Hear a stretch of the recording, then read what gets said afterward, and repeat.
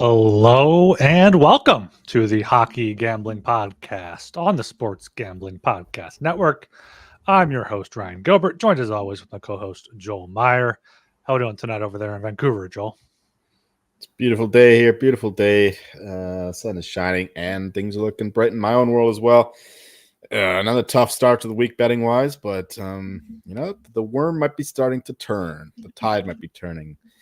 And, yesterday was outstanding in hockey. Today's looking pretty good so far. I can't complain. Things are looking pretty good on my end. How about yours? I think you know how things are happening going over here. Flyers, tough loss in Buffalo. Definitely, we're the better team. Outshot them 34-19. I was pissed off. I was disappointed. But now, Capitals lost. Canes came back to beat them. Red Wings lost in regulation. So could be a lot worse. Could obviously be a lot better if the Flyers won that game. But they're still alive. They're still stringing me along here. So I'm gonna keep going with it. I don't know if this is just the first stage of grief denial, the fact that they still have a chance here with those other teams losing, but still got an easy path. Still can't control their own destiny, I don't think. But if they win out or go 4-1, they should make it. Yeah, that's controlling your own destiny. Do you think they'll go back to Ersson after today's performance by Big Fed? Yeah. Big Fed was not great tonight. I did watch his post-game press conference briefly. He took responsibility for it, said he had to be better. He did say not getting a lot of shots is going to impact him. But yeah, two snipes, one by Darlene, one by someone else at the end of the second period was bad. Quinn had two, right? Quinn had two. Flyers just you go back a Luukkonen. Watch out for him next year. I mentioned in the Discord, watch out for the Sabres next year. This is not a Senator situation. This is a team with a lot of good young pieces that if they make the right moves this offseason, maybe they trade one of them for a center, they can get going next year, especially if some of these older teams fall off. But still wait to be seen there. It's the Sabres, man. We do this every year. It's like the Senators. It's the exact same situation. I know you were saying that in the Discord. I kind of disagree. I think it's the same thing going on. They need a radical culture change. And a new coach, I think, is the best option. But you said Fedotov's press conference, he could speak English well enough, or is it a translator? No, he speaks English. There's definitely a heavy accent there, but it's understandable. I was watching it on 2X just to get through it quicker, and I was still able to understand him. So yeah, he's well versed in English. All right, it's not like Gina or Kachetkov or most of the Russians don't really speak too good English when they come over, but that's cool. No, Fedotov actually cares about the fans, so he's gonna be able to speak English here, I guess. Otherwise doing decent tonight betting wise. Kane's puck line came through. Rangers won in regulation, so that was good there. But got a big 11 game slate here on Saturday we're going to get into. Before all that, make sure you are subscribed to the Hockey Gambling Podcast. We're listening to your podcast, either Apple or Spotify or Stitcher or wherever else you listen. Also, make sure you subscribe on YouTube at Hockey Gambling Podcast. We got some more comments about how we don't look like what we sound like. So, so keep them coming. We got some good funny comments there from Doug Reed as well, one of our loyal watchers there. So make sure we've heard that a few times that we don't look like how we sound, but I'd like to know what they think we look like. Yeah, I have no idea. If they think like we're these middle-aged men or what's going on. Yeah, because we look pretty stereotypical. Talent's a bit out there, but just some younger. Youngish men talking hockey. I don't think that we look too out of character. I don't think so either, but apparently we do to some people. So we did also get a comment from someone. Looks like a woman here. Said thanks for the laugh. So we might have more than one female listener besides Hot Crossed. How do you know it's a woman? Well, her profile picture on YouTube appears to be a female. Yes. It's not an anime picture, is it? Because I know it's not. No. It was K on YouTube. So shout out to K there for that comment.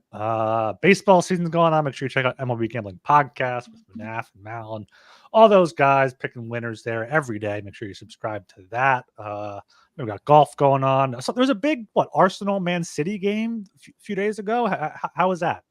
We talked about that already. That was the Did we? 0-0 draw that worked out. Oh no, they came back from like 2 goals down to win. Oh, that was Chelsea, Manchester United.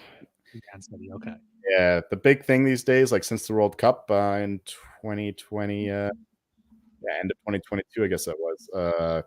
They introduced like these longer periods of extra time. Like they want to get rid of the time wasting, or they want to for all the time wasting injury time. So we get all these crazy like 9, 10, 11 minutes of injury time.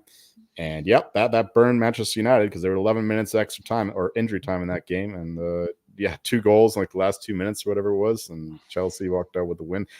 I heard that they were 500-1. 2 minutes left with down 2 goals. So somebody is sitting pretty over at the cojones to bet that. Yeah, definitely. I saw it was extra time said +8 on the scoreboard. It was like in the 102nd minute, but it was still going on. So you know what? Good for them. There seems to be the running clock can definitely be I'm sure it's a point of contention from some bettors. I'm fine with it, but yeah, some people like to complain about it because it's mostly Americans, right? They don't understand the idea, but I think it would totally fuck up the sport if they did that. Plus, there'd be a lot more occasions to introduce more commercials, and you know how much I love those. Yeah. Have you watched either the Sunderland documentary or the Man City one on Netflix? No, I have not. No, all right. I wasn't sure if it's worth a watch or not. If any of you guys out there have seen it and can recommend it or not recommend it, let us know. Sunderland is interesting though. That's like it's up in Newcastle. They're one of the Newcastle teams. Big Rabos with Newcastle. Yeah, that's an interesting city to say the least. So that might be a cool watch. Yeah, I've seen enough Manchester United content. I'm done with that. No, it's Man City, I'm pretty sure, for following their 22-23 season. But yeah, we started the Sunderland one. I think we're 4 episodes in. It's a 17 or 18 season, so it's a long time ago. Their first season back down in the championship, but we just watched this episode where their manager got sacked after a bad start. So I don't know if that's continued. There's 3 seasons, so it must be decent, but I don't know. That's we'll get into more hockey talk here, I guess. It was an NHL Awards watch today for the first time in almost a month and a half here, I want to say. Most interesting thing was the Calder Trophy. A talk here from Greg Brzezinski had that.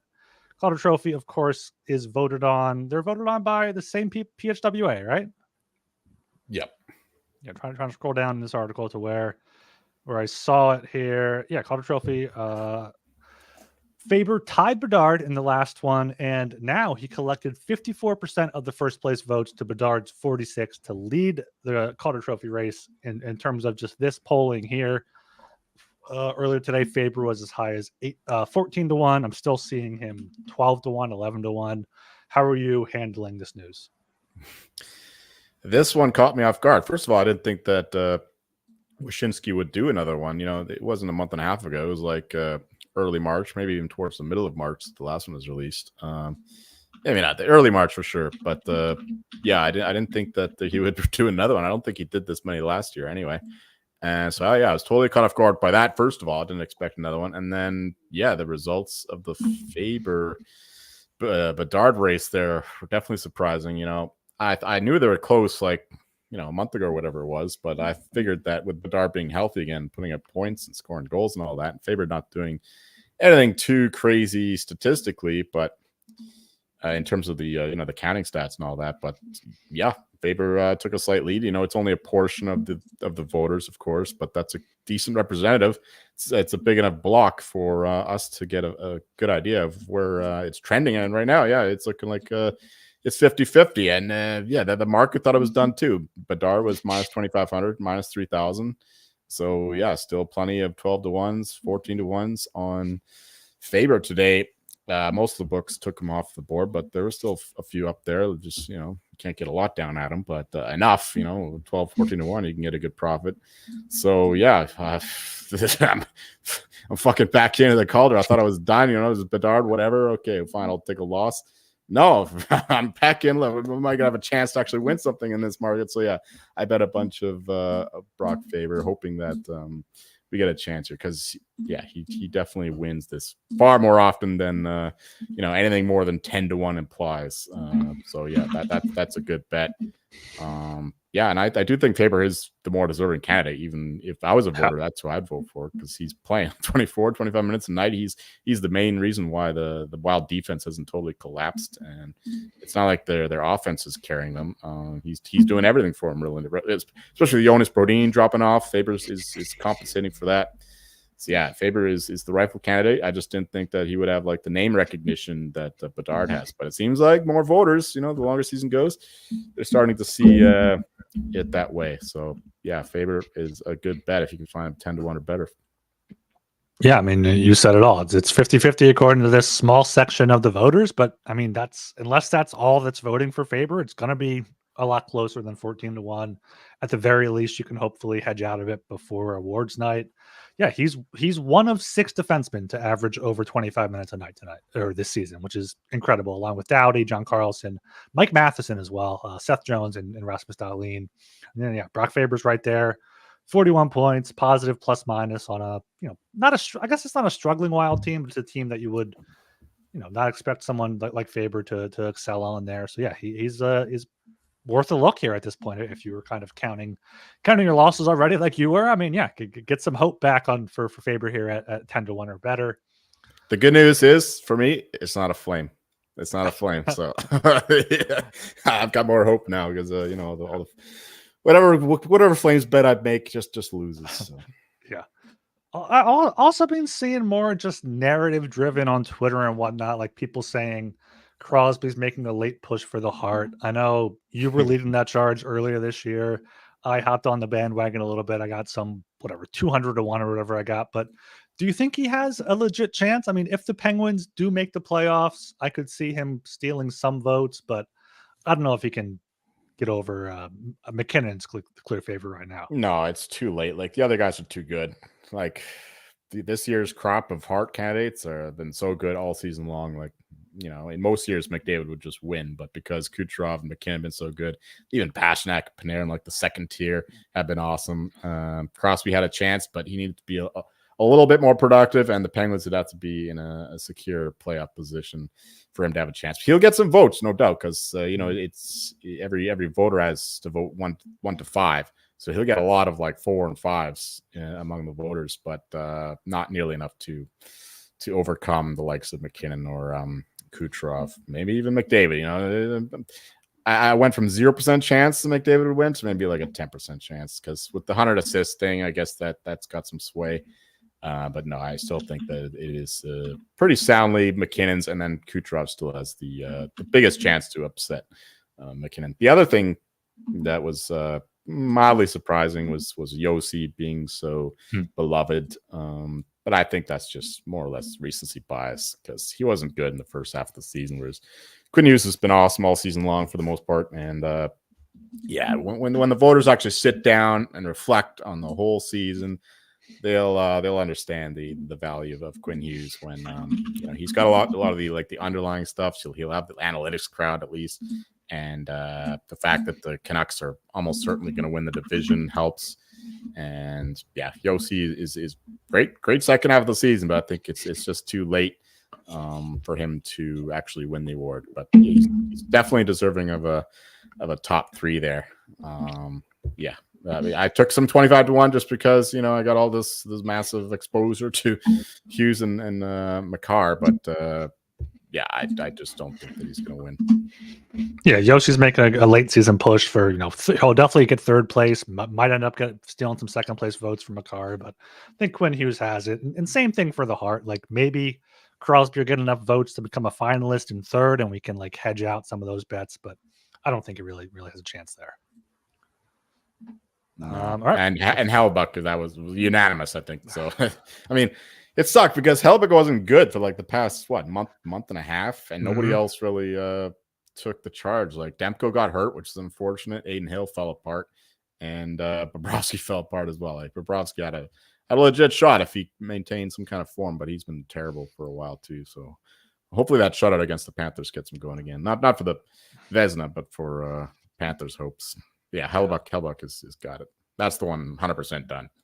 Yeah, I'm looking at the stats now, and I was going to say, I don't know how Hellebuyck can win it when his backup has better numbers than him, both save percentage and goals against. But so does Stolarz. Stolarz has better numbers than Bobrovsky. So, it's just There's really no one that stepped up this season. It was unfortunate that Demko got hurt and fell off a cliff a little bit because, yeah, no one's really. I mean, Hellebuck is going away with it because of the way the Jets played in the first 3 quarters, but they've been putrid since.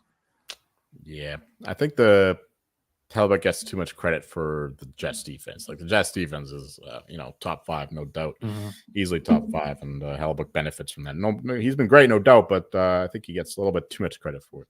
Yeah, and their style of play too. Like they're a team that has these players that they could score a lot more. Kyle Connor, Ehlers, Scheifele, they got Toffoli, got Perfetti. Yeah, Perfetti too. Like they could score if they played running gun hockey, but they play more defensive, and that definitely helps their goaltending.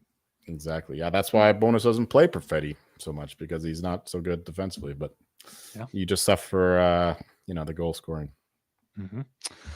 Okay, before going to this game, we're brought to you by Cut. Cut is a peer-to-peer social betting platform that is U.S.-based and available in 40 states. Peer-to-peer social betting is a new and better way to bet. You bet directly on anything with a verifiable outcome against anybody, your friends or other users. Cut offers lower vig and fully customizable odds. You can create your own bets, and they handle the payment side of things. You never chase anyone down for money. And you get cash back every single time you bet against your friends or other users. So download Cut today in the App Store over at cut.com. That's KUTT, and use promo code SGPN for a 10% deposit bonus. And of course, Underdog Fantasy. Make sure you check them out. It's the easiest place to play fantasy sports. It's also the fastest growing fantasy app in the industry. Pick whether your favorite players have a higher or lower stat total in this week's game for a chance to win big. You can win up to 100 times your money in a single night. Pick between 2 and 5 players to build a pick'em entry. So sign up today at underdogfantasy.com or in the App Store with promo code HGP to get your first deposit doubled up to $100, as well as an instant pick'em special. Must be 18 years or older and present in a state where Underdog Fantasy operates. Terms apply. Concerned with your play? Call 1-800-522-4700 or visit ncpgambling.org. All right, Joel, we're getting into this 11-game slate for Saturday, April 6th. Yes, sir. This is off here at the 1 p.m. time slot. We got the Tampa Bay Lightning at the Pittsburgh Penguins. Game itself is in Pittsburgh. Penguins are minus 105. Lightning are minus 115. Over-under is at 6. Over paying off minus 118 with the over at 118 minus 118 under 6 at minus 102. Joel, take this away from me. Sure. The Lightning, I've been playing like a house on fire lately, the way that they've been playing.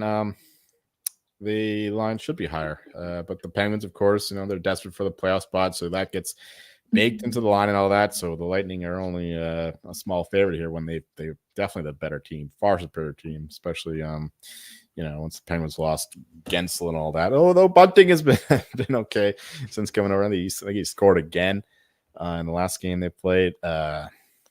It's naturally I go to the Lightning here. Penguins might have some vibes. They'll have a lot of more confidence. Like, this is the first game of the day, right? So it's they'll watch these games and be like, okay, we got a chance here. So they might have a little bit more inspiration to play hard for this one, because they weren't that great against the Capitals.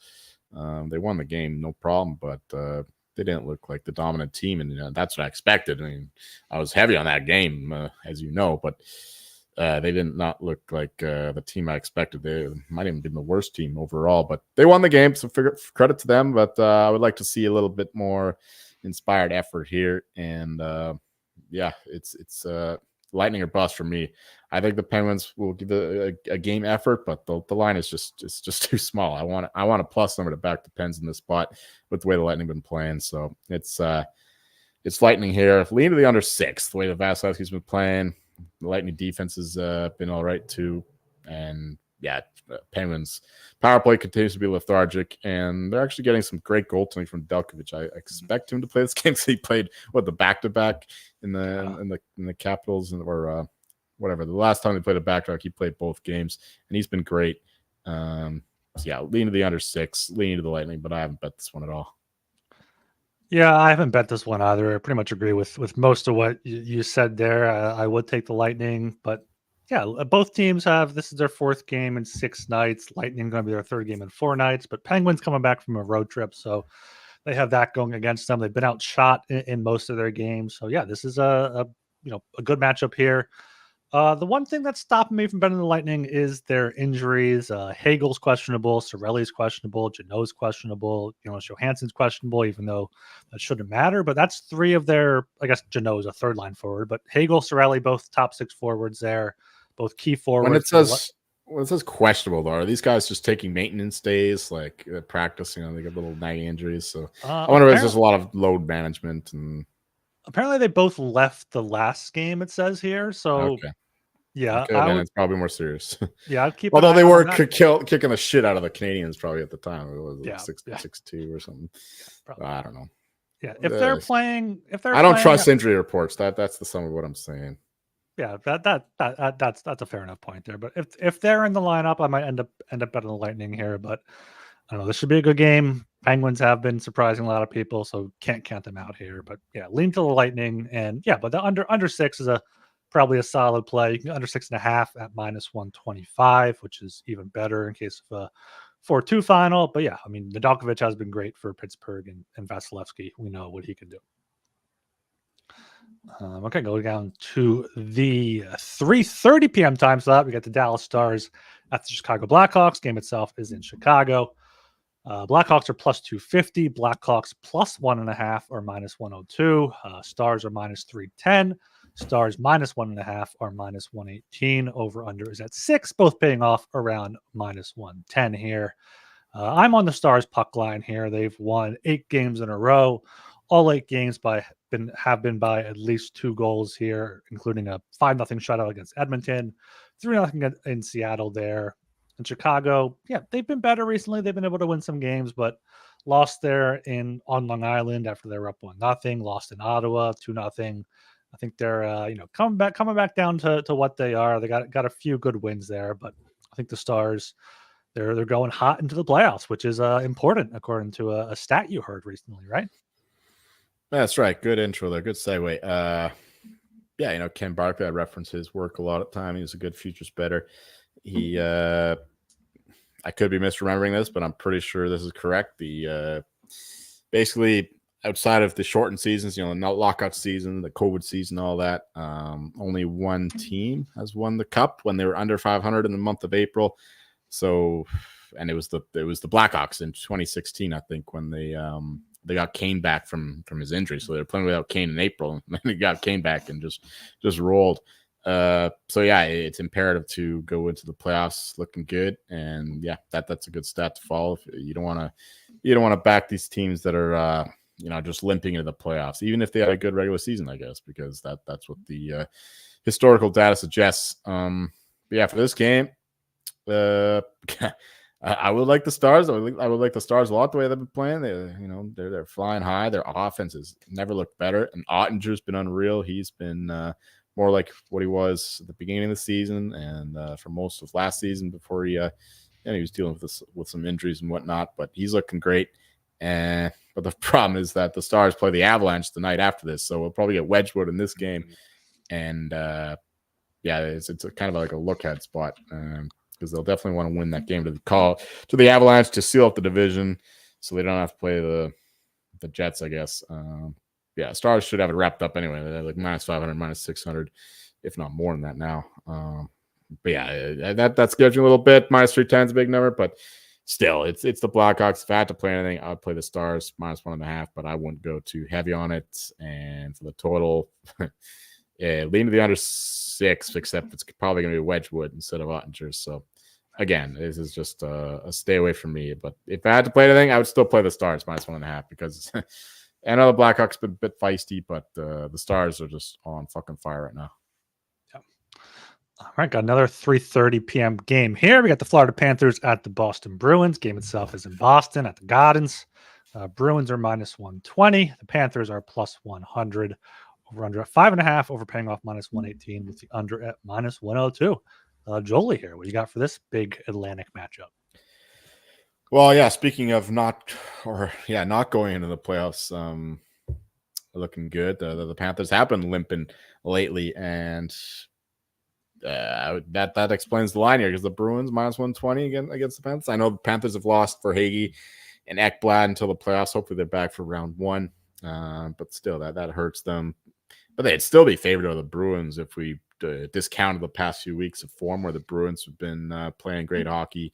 Panthers have been not playing good hockey. Like underlying numbers, results, counting stats, they're all going against the Panthers. Goaltending sucks. Stolarz has been better than Bobrovsky, as you were saying earlier. So that explains why they're dogs here. But I'm still going to take them because you know what? Like sometimes you need a good like a good pounding to get your minds back in order. And that's what the Panthers gave to the Senators. 6-0 win in Ottawa. So and Keith Tkachuk was in the building. And yeah, maybe that's the fire that the Panthers need to get going. Matthew Tkachuk, I think he had a goal and 2 assists in that game. He had a big game anyway, and he was struggling for a while. So maybe that gets him going personally. So I like the Panthers here. Get it done as dogs. So they're still the better team than the Bruins, despite they haven't been the better team the last few weeks. But overall, on the balance of the season, give me the Panthers all day long. So I'm going with the Panthers here and lean to the under 5.5. Haven't bet it, but it's gonna be probably like a playoff kind of atmosphere with 2 likely opponents. I mean, they'll have some tough matchups in round one for sure, but this would be the likeliest second round matchup in the Atlantic Division. So lean to the under 5.5. Well, that's baked in there. I mean, the Panthers been a great under team. We know about the Bruins goaltending. Under 5.5 and the Panthers for me. Yeah, not really much to add there. I definitely lean both of those ways. Had not bet this game, probably wouldn't bet the under just because Florida is capable of scoring 3 or 4, as is Boston, given how the Panthers have been playing recently. Yeah, those injuries to Ekblad and Verhaeghe are definitely worth noting there. Bruins are mostly healthy now. None of their major guys are out. So just a lean to the Panthers for me, and yeah, lean to the under, but not a strong play whatsoever. I'm going down to the 4 p.m. time slot. Got the Winnipeg Jets at the Minnesota Wild. Game itself is in Minnesota. Wild are plus 102. The Jets are minus 122. Over under is at 5.5. Over paying off minus 115 with the under at minus 105 here. I think the Jets are back at it here. Jets have won back-to-back games now against at home against the Kings and the Flames there 4-3 and 5-2. Wild have been, alternating wins and losses for the most part. Lost 5 of their past 8 games here. Outshot the Avalanche 46-35. Still lost that one 5-2. Their wins recently have been against bad teams: Ottawa, San Jose, the Ducks twice, Arizona at home. So I think the Jets here are trying to turn it on before the playoffs. They have a few relatively easier games coming up. This is their last easy game, actually, because they're in Nashville, in Dallas, and in Colorado. So, I mean, they want to get something going there before the playoffs start. I think the Jets are the better team, so minus 122.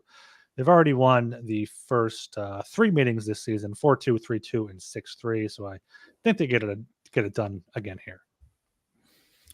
I agree with all that. The Jets, they needed that win against the Kings there. That was a war, but one they needed to win, and they did. And yeah, it was also competitive against the Flames. They went down fairly early.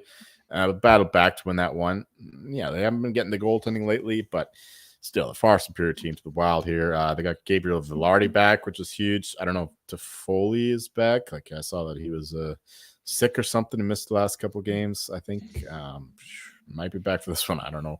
But either way, I like the Jets here. The Wild have been they were actually the better team than the Avalanche in their 5-2 loss there. Shout out to Justus Anonen, who was terrific for the Avalanche. But yeah, that was the real dream crusher, I think. The Wild have almost no chance. I mean, they don't have any chance, but mathematically almost no chance. So yeah, Jets here all the way. Maybe the Wild play for pride, whatever, but I don't think so. Jets are just the far superior teams. Minus 122 is a cheap price to pay. Lean to the under 5.5, but I'm not betting that. I just bet the Jets money line. Yeah. All right. Going down to the 6 p.m. time slot here. We got the St. Louis Blues at the San Jose Sharks. Game itself is in San Jose. Sharks are plus 190. Blues are minus 230. Blues puck line plus 114. Over under is at 6. Overpaying off plus 100 with the under at minus 120. Joel, can the Sharks do it again here against the Blues? Well, the game against the Coyotes here for the Gold Knights might be might dictate how the Blues feel about their chances to make the playoffs. If the Knights win, I think they're pretty much done, and I think they had their dream crusher last game against the Predators, where they were, the worst team, of course, inferior team, but they tried their best. They tried their best. They're not going to make it, and hopefully they just quit on the season. But it's the Sharks. The Sharks are just fodder. Like the Blues could just give up, and they'll still find a way to win 3-1.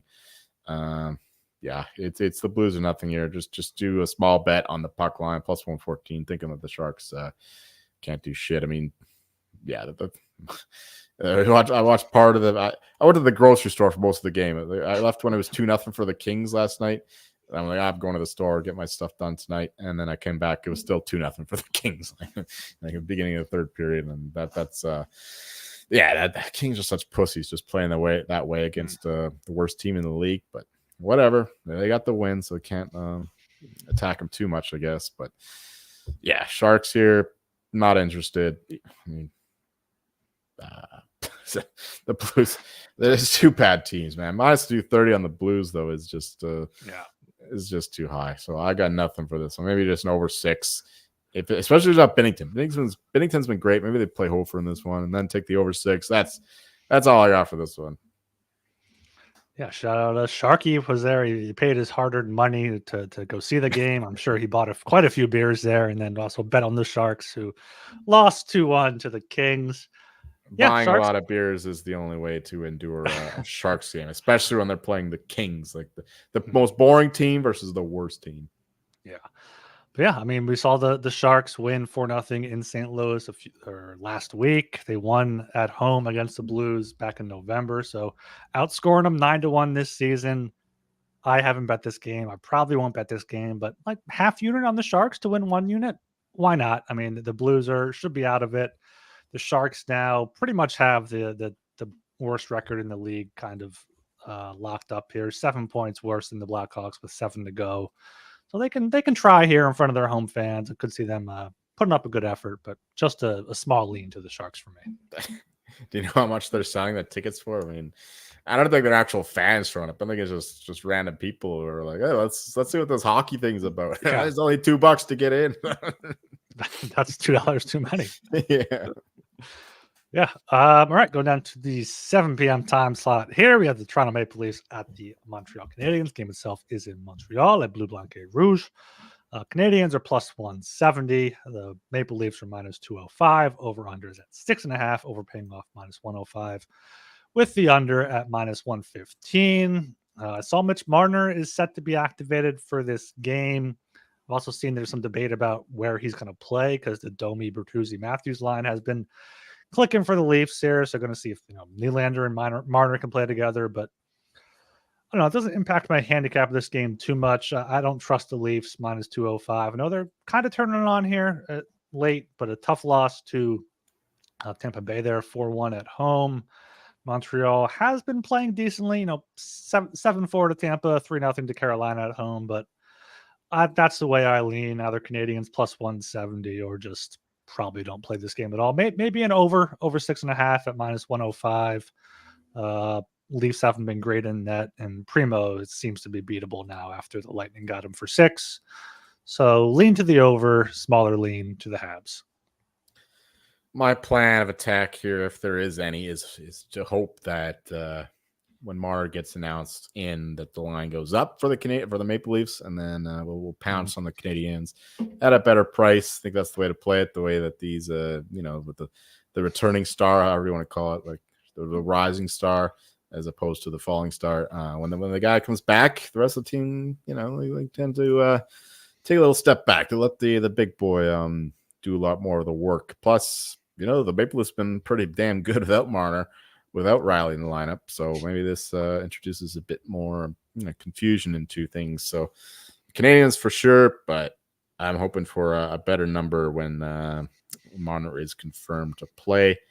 And yeah, the over 6.5, I think, is the only way to play Maple Leafs games. I mean, yeah, and Montreal, they're finishing out the season. They got embarrassed at home against the Lightning, so I think they come out with a strong performance here against their hated rivals. Saturday night, Hockey Night in Canada game. I like the Canadians quite a bit and lean to the over, but probably not going to bet the total, but probably will bet the Canadians at some point. Yeah, maybe just a Habs like team total over 2.5 is probably plus money. Could be worth a look there. Okay, going to the 7 p.m. time slot again. Got the New Jersey Devils at the Ottawa Senators. Game itself is in Canada. Sens are plus 100. Devils are a minus 120. Over under at 6.5. Overpaying off minus 122 with the under at plus 102. Jolie, take this one away. Wow. I think minus 120 is highly disrespectful to the New Jersey Devils. I know the Senators have been playing okay lately. They had a 5-game win streak, lost a couple in a row though. They got shelled by the Panthers 6-0. Maybe they rallied behind how poorly they performed that game. They come up with a much better effort here, but I don't see it coming. Devils are just a far superior team. They have a lot more talent, and they're getting some good goaltending for once. And the Senators are not. Still have the worst goaltending in the league, which is another reason why I disagree with you that the Sens are in the same place as the Sabres, because Pekka Luukkonen has been awesome for the Sabres, Wow. and the Senators have gotten 0 goaltending. So there's only one way to go up from 0. They're going to get better goaltending next year. So that's one reason to like the Senators a little bit more than the Sabres. But yeah, anyway, back to this game. Korpisalo is awful. The other goalies, the Senators player, are all awful. Devils are actually getting some good goaltending from Jake Allen in particular and Kakkonen as well. So yeah, I love the Devils here. I also like the over 6.5. I think we got some crazy game here. Like none of these teams making the playoffs. We're gonna see some fun game on national television, Hockey Night in Canada in Ottawa. So yeah, a lot of firepower on the ice. Senators have a lot of firepower. Devils, we know about them. Their young defense are all mostly more offensively minded. So yeah, we'll get some goals in this one for sure. That's my favorite bet, but I also like the Devils to win this game quite a bit at the cheap price of minus 120. Yeah, I don't have any bets for this game. I agree with those plays. You kind of talked me into them there. Devils are definitely a better team, but Ottawa still playing for something, still decent at home. But yeah, the over might be what I bet here. Over 6.5 minus 122. Devils have gone over in 4 straight here. Quite heavily over as well, and a few of them 6-3. Ottawa's allowing a lot of goals and can score some themselves. But no, Buffalo's in a better position than Ottawa because they have UPL and because I think Rasmus Dahlin is the best defenseman on either of those teams. I know Chabot's good, but he's been hurt. I think Dahlin's great. I think Byram can be a solid number 2. And then you have Owen Power there too. So I think Buffalo and Tage Thompson, I think he's probably older than I think, but I think he's probably has the most star power there. He has one good season. He was a flash in the pan last year. He's not been good this year. We'll see if he could definitely respond next year and all that. And look, Sabres definitely do have a lot of good stuff going on behind the scenes. Well, maybe not behind the scenes, but on the ice in terms of raw talent. Same thing can be said for the Senators. I mean, yeah, a lot depends on what they do in the offseason. I think both teams need radical changes, but my point is that the Senators fix is a lot easier than the Sabres fix, because the Sabres got good goaltending this year. They can't blame it on bad goaltending like they could do last year.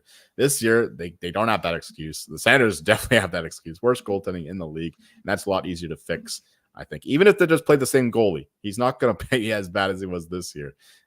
So just in terms of that, I think that the Senators have a little bit more upside, or at least an easier fix. I mean, both teams need new coaches. I think Granato, Jacques Martin, he's not the right guy for the job, but he won't be. Like, they'll get a new coach in there, and I'd be surprised if Granato's still around next year. But then again, the Sabres, they got to be broke from all the fucking coaches they hired, and Granato's extension only kicks in at the beginning of next season, so I guess they're probably stuck with him anyway. But yeah, I mean, we'll see. I mean, they're probably not making the playoffs anyway, either team again, because the East is looking pretty good again. And yeah, the Bruins apparently aren't going anywhere. We know what the Leafs, Lightning probably still around, et cetera, et cetera, et cetera. So yeah, it's and Devils definitely making the playoffs next year. I'd wager a large amount on that happening. So yeah, I mean, long term though, I think I still rather have the Senators. Unless Brady Tkachuk just leaves, just quits, and then Talon's right. His hot take that he just free wants Brady out. Tkachuk, yes, his free Brady Tkachuk to the chance. If that happens, yeah, I'm out. Yeah. All right, come back to the slate here, going down to the 7 p.m. time slot. Here it is. We got the Philadelphia Flyers at the Columbus Blue Jackets. Game itself is in Columbus. Blue Jackets are plus 130. Flyers are minus 155. Over under is at 6.5. Overpaying off plus 105 with the under minus 125 here. Flyers, coming off a tough loss, a few tough losses in a row now, 6 losses in a row, 2 of those losses in overtime. Columbus, had good back-to-back wins against Pittsburgh and Colorado. Lost at home 4-2 to the Islanders there. Have now lost 7 of their past 9 games. And the big thing here is just Columbus's list of injuries over the past few days. Gaudreau's probable with an illness. Merzlikins is out, and they're on a back-to-back. First half of a back-to-back would probably be Jack Greaves or Tarasov, but Tarasov is also questionable. Jake Bean was announced today is out for the season. Boone Jenner is still questionable due to his personal matters there. Boquist has been out for a while. Fantilli as well. So I don't know. I think the Flyers do get it done here. They're still very alive for a playoff spot after the Caps and Wings both lost tonight. I think, Urson getting back in there after having pretty much almost 4 or 5 full days off will be good for them. Should see some fresh defensemen in the lineup as well for the Flyers after Mark Stahl looked like a complete piece of shit tonight. So give me the Flyers minus 155. I don't know if that's too much homer bias talking there, but I think this is a disrespectful line to a team that's playing for a lot against a team that's playing for nothing and is very hurt.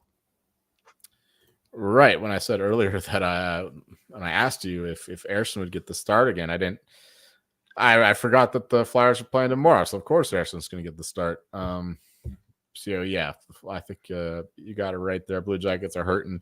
Not a good team, terrible team. And the Flyers are the better team in all these games that they're losing. They just can't get the finishing touch. And just not putting the puck in the net and getting some shitty goaltending along the way. So yeah, Flyers got to keep backing them, I think.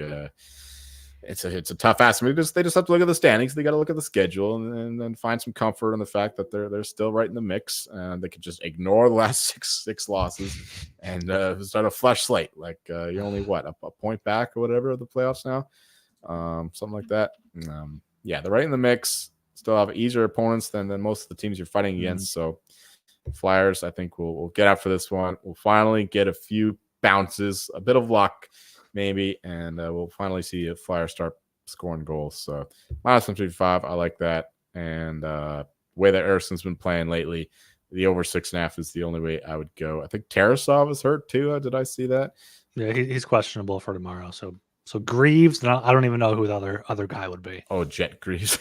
Jet Greaves, yeah. I remember that name. Yeah, so lean to the over as well. But yeah, let's go Flyers. Yes, indeed here. Right, going on this 7:30 p.m. time slot. We got the Nashville Predators at the New York Islanders. Game itself is on Long Island. Both teams here are at minus 110. We got to pick them. And the over-under is at 5.5, overpaying off minus 118, with the under at minus 102. Jolie, your Isles are still alive here. Yes, 2 teams that I'm, pretty high on, I guess. Generally speaking, I love Andrew Burnett, the coach of the Predators, and Patrick Waugh, the coach of the Islanders, and of course Lou Lamoriello, the guy that nobody really likes except for me. So yeah, it's I like both these teams. Anyway, that's a fair line, I think. Minus 110. The Islanders a little more desperate team here. That's why you get this little bump. Predators have already more or less secured it, but of course they can't be telling themselves that. They'll still be playing hard. Especially they don't want to get the 8 seed to play the Mighty Stars either. So they're still in the mix to at least play the Canucks. I think the way the Canucks have been playing lately, plus the question marks over Demko, the 7th seed is ideal in the West. So that's an inspiration in itself. To play these games hard. So yeah, leaving the Predators here, minus 110, I think is a good number for them. Islanders, yeah, they've been winning games lately. They've been playing hard. Goaltending has been a little bit better, but it's still not ideal, especially from Sorokin considering his high standards. But yeah, Predators here, minus 110, another 5.5 line. We're getting a lot of low totals here because the playoff season coming up and all that. No play on the total, but I'll probably end up betting the Predators here. Yeah, I like the Preds here, minus 110. It is the first half of a back-to-back for Nashville, so do check if it is gonna be Saros here or Lankinen. Obviously, you do prefer Saros. Lankinen gave up 6 last time out to the Avalanche, but did have, he relieved Saros in the game before that. But Yeah, Islanders can't buy into them. Of course, I'm hoping they lose already for my Flyers for them to make the playoffs here. But yeah, Islanders have had kind of a tough schedule recently. 3-game road trip in Philadelphia. Came back home to play the Blackhawks the next night. 2 nights later, we're in Columbus. Now they're back home on Long Island against the Preds. First game of a road trip for the Preds before going to the Devils on Sunday. I think the Predators keep it up here. They're completely healthy, as are the Islanders, besides their Mayfield season-long injury. So, yeah, Preds minus 110. Just a much better team. Islanders getting a lot of loser points, though, so maybe look at an overtime play here. But, yeah, Preds minus 110 is a solid look. Yeah, the draw actually is probably a good bet in this one. It's probably a good bet in every Islanders game, but I could see a close one here. Yeah. Both teams wanting a point, right? Mm-hmm. Yeah, every point counts this time of year. All right, going down to the 10 p.m. time slot, we got the Vancouver Canucks at the Los Angeles Kings. Game itself is in L.A. Kings are minus 120. The Canucks are plus 100 here. Over-under is at 5.5. Both the over and the under paying off around minus 110. I'll keep this one here. I like the Canucks plus 100. I think they are the better team. They've been proving to be the better team overall this season. One in Arizona there on a back-to-back. Good showing there. Kings, like you said, playing trap hockey against the Sharks. Beat the Kraken, but besides that, 3 straight losses on the road. Haven't been too great. 18-18 on the money line at home. Vancouver 22-16 on the money line on the road. So I think give them plus odds here on Vancouver. Got to be all over that. Lean to the under, but no strong play there. Yeah, these teams have played a lot in the last couple of weeks, 2 or 3 weeks, and so they know each other fairly well now. So that I love the under here. Both teams play a lot more of a defensive game. Both teams struggle to generate chances 5-on-5. Both teams' power plays are terrible, and the Kings, of course, have top 2, top 3 penalty kill in the league. Canucks are okay at that, and both teams have. I shouldn't say decent goaltending with the way that DeSmith has been playing, but we might see Seelov's in that the way he's been playing. He's been better than DeSmith anyway. But yeah, either case, I like the under 5.5 the best in this game. Leaning to the Canucks as well, though. The Kings won 2 of the 3, but they were all coin flip games basically. Like the Kings just got a couple lucky bounces. The Canucks were at least as good as them in all 3. So yeah, lean to the Canucks here, even money. I mean, actually, the way the Kings. The second one they won in Vancouver, they were actually that was one that Doughty said that was the best game of the year. I'll give them credit for that one. They were the better team in that one. But generally speaking, these games are pretty close. So giving the Canucks here, even money, they are the better team. And the Kings are just not an expiring team at all. Just whatever team takes the lead in this one, I think is going to win the game. So the first team to score is going to win a lot more often than not. So maybe keep that in mind if you're betting this live. Don't just take the dog because the other team scored first or whatever. Would be my advice. But yeah, under 5.5 is my favorite bet on this one. Yeah, this would be an interesting playoff matchup. I know they're very close to playing each other. The Canucks are going to be first in the Pacific, but I mean Kings are 1 point behind the Preds for the first wild card. So it would be a interesting matchup there in the first round. Yeah, please, God, no more Oilers Kings. I've seen enough of that shit past couple of years. Yeah, and then Oilers Vegas seems to be pretty long. That's going to be a great first round series. No doubt. Hopefully they just beat the shit out of each other. Yes. All right, going down to the final game on the docket here at 10 p.m. We got the Edmonton Oilers at the Calgary Flames. Game itself is in Calgary. Flames are plus 136. Oilers are minus 162. Over-under is at 6.5, overpaying off minus 105 with the under at minus 115 here. Oilers are at home against the Avs right now. Through 2 periods, they are up 3-2. What do you think goes down tomorrow night in Calgary? They might have just scored. My little graphic here says, if it's Oilers, keeper safe, and the odds are off the board, that generally means they scored. Oh, no. So it might be 4-2. We'll update you on that. Yeah, big game there against the Avalanche, but of course a bigger game against the Calgary Flames in terms of their historic Battle of Alberta rivalry and all that. So they'll definitely be up for this one, no question about it. But the Flames should be too. Like Flames have been just kind of like seeing this season through.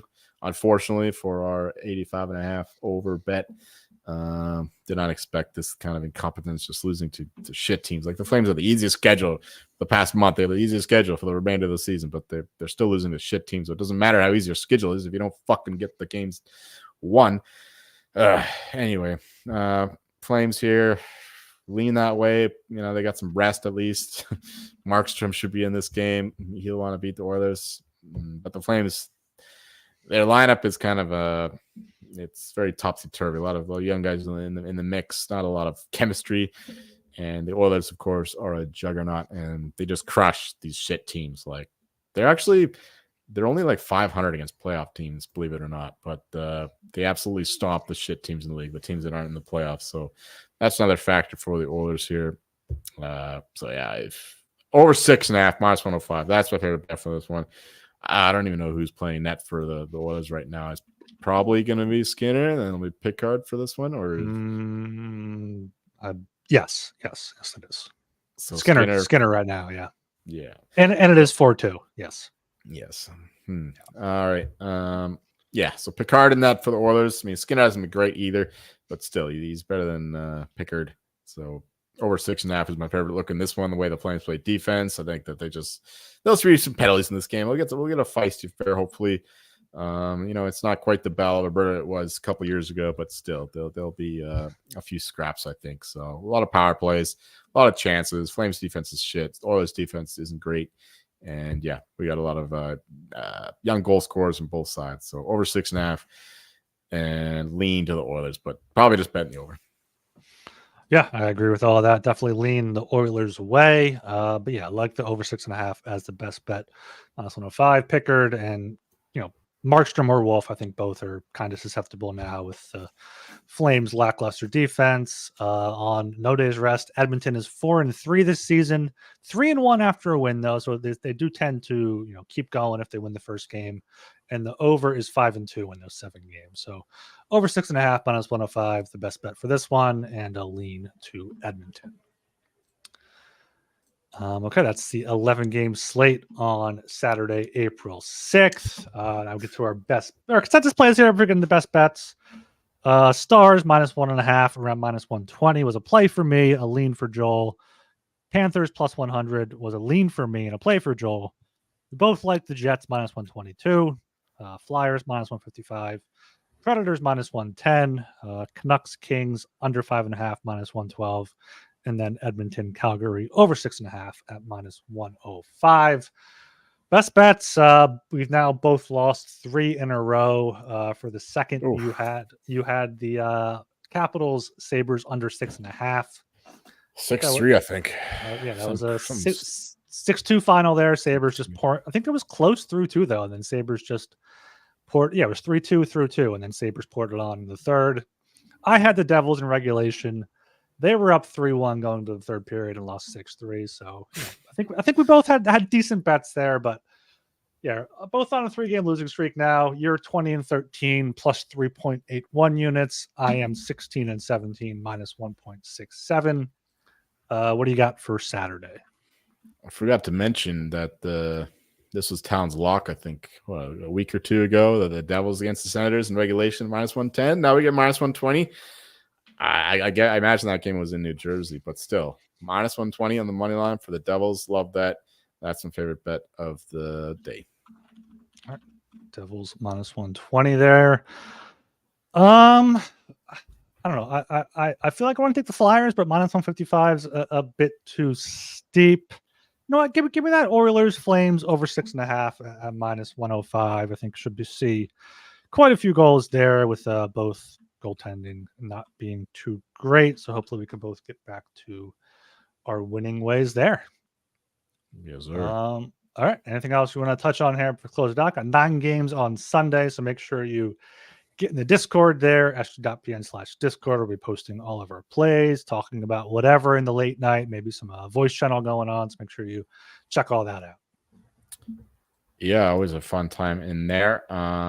I've been betting a lot of NBA awards. I hinted at that in the last show. Naz Reid, the line's getting a little away from me, but still, if we can find a plus money on that Naz Reid to win the 6th man of the year, and Kobe White, I think that the price is actually improved for most improved. So you can find that at 2-1 or better. I like that quite a bit. So those are guys I'm backing for the remainder of the NBA season. And the good thing about the NBA season and their awards is that they give them out like during the first 2 rounds, I think. So you don't have to wait till the fucking end of June to get these bets cashed. So you don't have to hold you don't let the books hold your money for months at a time. So that's another good reason to back these plays. I thought Maxey had like the most improved locked up. Not in my opinion. All right. I mean, what I'm hearing, like I don't know this NBA shit. I'm not following this, but the guys I'm hearing, their argument is that Maxey's already good. So a lot of the voters were like, "This guy was already good." Okay, yeah, he improved a little bit, but we got Kobe White here, who went from like some mid player to this actually really good player, contributing to the Bulls. So that's the idea. Jalen Williams, I think he's the best one. He's like 30-1. I bet a little bit of him too, but he's hurt now, so I can't really advise that at the moment. He's a big reason why the Thunder are so good, is what I hear. I'm not capping this myself. I'm just relaying information I get from smarter people than me in the NBA. But yeah, I think that Maxey, good for the Sixers if he gets it for you anyway. But I'm going against them. I mean, yeah, I just have a small play because there was like a boost on him, like at even money at some point. But yeah, I mean that makes sense. He's like the most increased playing time due to James Harden requesting a trade. It's not most improved player necessarily, I guess. Yeah, exactly. With Embiid coming back too, I think that his points production will go down as well. Yeah, but that season's almost over, right? A few more weeks, if that. It's basically the same as the NHL, right? Hockey, yeah. Maybe slightly longer. I don't know. Yeah. All right, that'll do it for us tonight. We should be back on Monday night to talk about big 13-game slate on Tuesday. I think Talon should be back for that, so we'll have the full show. Hopefully, we'll have some more playoff talk there as well. But for now, make sure you follow us on Twitter at HockeySGPN. Social media assistant producers have been doing a great job. Check out the website, hockeygameandpodcast.com. Got some good Easter eggs on there. And subscribe on your preferred podcast platform or on YouTube at Hockey and the Podcast. Like, comment, and all that good stuff. All right. I am Ryan Gilbert. You can follow me on Twitter at rgilbertsop. And I'm Joel Meyer. And speaking of basketball, we will find me sweating out this UConn to get home. Let's fucking go. We got 2 more games to go. We got a massive favorites against Alabama, one of the top SEC teams this year, and they're still like 10-point favorites or whatever it is, and probably even more actually.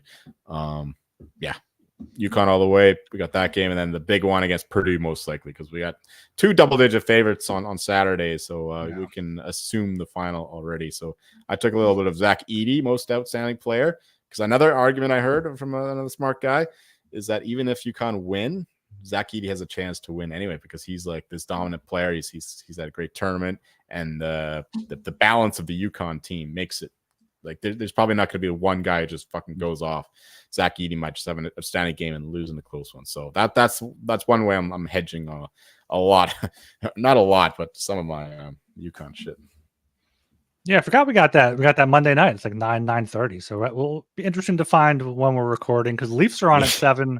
I imagine we'll go probably like 8:30 before the game, but we'll see if Talon wants to watch the Leafs game. We'll see. Yeah, I can miss the beginning of it anyway. Basketball's all about the second half anyway. I mean, most of the time, if it's not, unless it's just fucking over by the second half anyway. That happens a lot in basketball too.